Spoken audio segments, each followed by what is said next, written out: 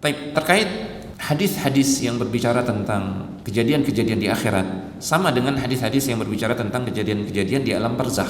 Kita sudah bahas prinsipnya, jangan takalluf. Ini prinsipnya. Wajib kita tawakuf. Jangan takalluf, wajib tawakuf. Apa maksudnya? Takalluf itu maksudnya mendalam-dalami sesuatu yang tidak ada dalilnya. Kita harus berhenti pada dalil, tawakuf. Contoh, ya di sini sebenarnya tidak disebutkan secara jelas siapa yang dikecualikan oleh Allah. Ketika ditiup sangkakala yang pertama, ada yang dikecualikan oleh Allah. Dia tidak mati. Ada yang bilang malaikat peniup sangkakala itu sendiri, ada yang bilang malaikat maut, ada yang bilang Nabi Musa alaihissalam. Tidak ada dalil yang jelas. Maka sikap kita tawakuf, diam dalam masalah ini. Ya, jangan menggali-gali masalah ini. Karena Allah hanya mengatakan illa man syaa Allah, kecuali yang dikecualikan oleh Allah. Allah tidak memberitahu. Maka jangan kita melampaui batas dalam masalah ini. Jangan fokus mencari tahu siapa yang dikecualikan oleh Allah yang tidak mati tersebut saat tiupan sangkakala yang pertama, ya. Apakah Musa, apakah malaikat peniup sangkakala itu, ataukah siapa?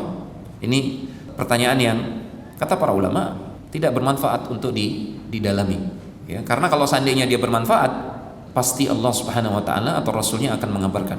Karena kaidah para ulama, iyyaka wat takalluf. Awas, jangan takalluf, ya, menyusahkan diri, memberat-beratkan diri mencari tahu tentang sesuatu yang kita tidak diwajibkan untuk mencari tahu ilmunya. Lau kana fihi kabirul fa'idah labayyanahu Allah. Kalau seandainya pengetahuan tentang hal tersebut ada faidahnya yang besar, pasti Allah Subhanahu wa taala sudah menjelaskannya. Sama seperti sikap sebagian orang yang takalluf, mencari tahu siapa Ashabul Kahfi. Pemuda-pemuda Ashabul Kahfi itu siapa saja, siapa namanya, di mana tinggalnya, lahirnya di mana, kok bisa mereka kumpul di situ dan seterusnya. Allah Subhanahu wa taala dan Rasulnya tidak menjelaskan. Bahkan mereka berusaha mencari tahu di mana sih gua Ashabul Kahfi.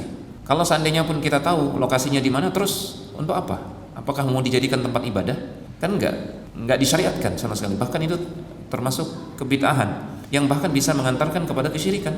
Bahkan sampai ada yang mencari tahu kayu apa yang dipakai untuk bikin perahunya Nabi Nuh, kapalnya Nabi Nuh. Ya. Allah tidak memberitahukannya. Kalau seandainya ketahuan, terus untuk apa gitu, ya. Bahkan sampai ada yang takalluf mencari tahu siapa istrinya iblis sehingga dia punya keturunan, kan iblis punya keturunan.